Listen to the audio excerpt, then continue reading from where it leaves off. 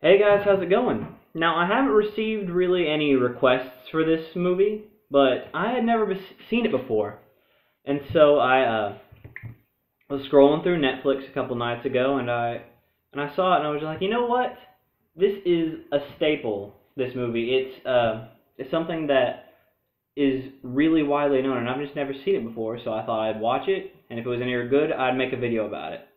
And guess what? It was actually really awesome. I loved it. The movie, of course, I'm talking about is Fantasia 2000. Now, there's a little bit of confusion, maybe. Fantasia 2000 is the more modern version. There's the original Fantasia, which is a lot longer and a lot older, done much closer to the time. I think it was done by Walt Disney. I think he was still alive at the time, but I can't remember. But it's much closer to the classic Disney movies. I'd never seen this movie before, so I didn't know really what it was all about. I had seen the original Fantasia, and for those of you who don't know, Fantasia is a collection of short cartoons put to music, kind of like Tom and Jerry. If you've ever seen that, it's no talking from the characters at all, just their actions over music. But what makes Fantasia special is it's not just cartoons. There's a whole lot of different animated styles. There's more like classic cartoon looks like Mickey Mouse, but there's also ones that look like they were paintings. There's, in Fantasia 2000, this one specifically, there's a couple of CGI integrated animated shorts. And another thing that makes it special is where most cartoons, the music is written for the cartoon. With Fantasia, the pieces existed a long time before the cartoons were animated.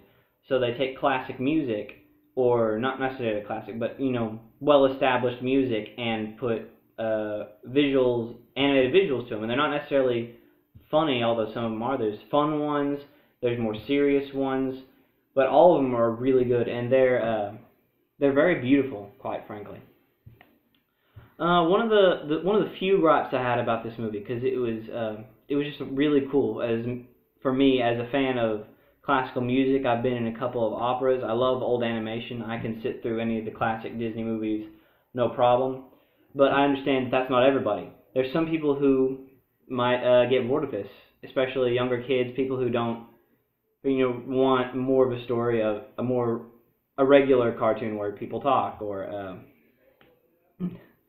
there's an easier to follow story, because some of these don't have a super easy to follow story, though some of them do. My favorite one is the opener. It's to Beethoven's maybe Beethoven's Fifth. It's the one that goes, dun dun dun dun dun dun dun dun. It was really cool to see, and it was just beautiful, kind of abstract, but kind of not, like about like light versus darkness, and it was really awesome. My second favorite was the one right after that, where it was all set to jazz, and it was like 4 or 5 little stories in New York City, and it was a lot of fun to take a break from the classical music to focus on a jazz song, it was just neat, very nice, the different flavor. There's also the original Sorcerer's Apprentice, which is where Mickey Mouse gets the hat and makes the broomsticks do his chores for him.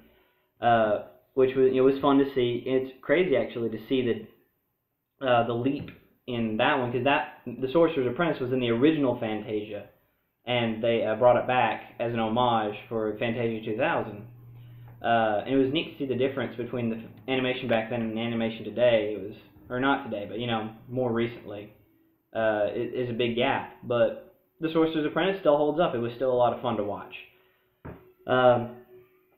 Now, despite it being kind of slow at some points, just when the music gets slow, despite the fact that some people might have trouble watching it because it's not a very traditional movie or even traditional cartoon styles, it's not super long.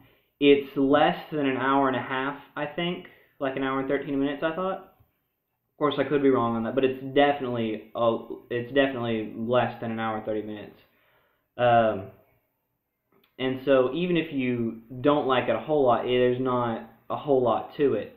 Now that might be a turn off for people who love it and want to see more. Go watch the original Fantasia, which is more than 2 hours long. Yeah.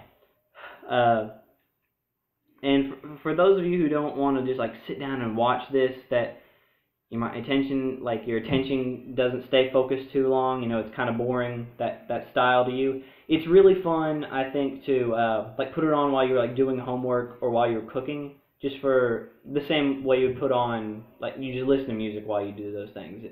So occasionally you can glance up and see how pretty it is, not only to listen to, but to watch. Just like some of the images by themselves, like if you just saw them as a painting, would be just beautiful to see.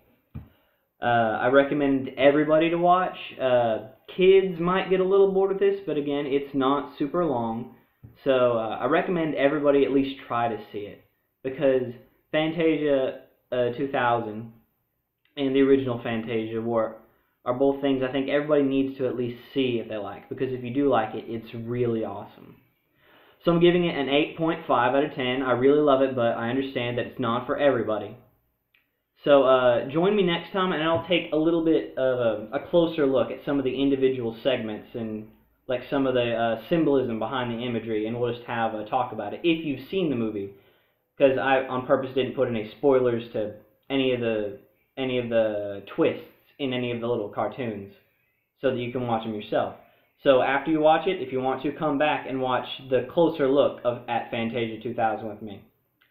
Alright, well that's it for today, guys. See you later.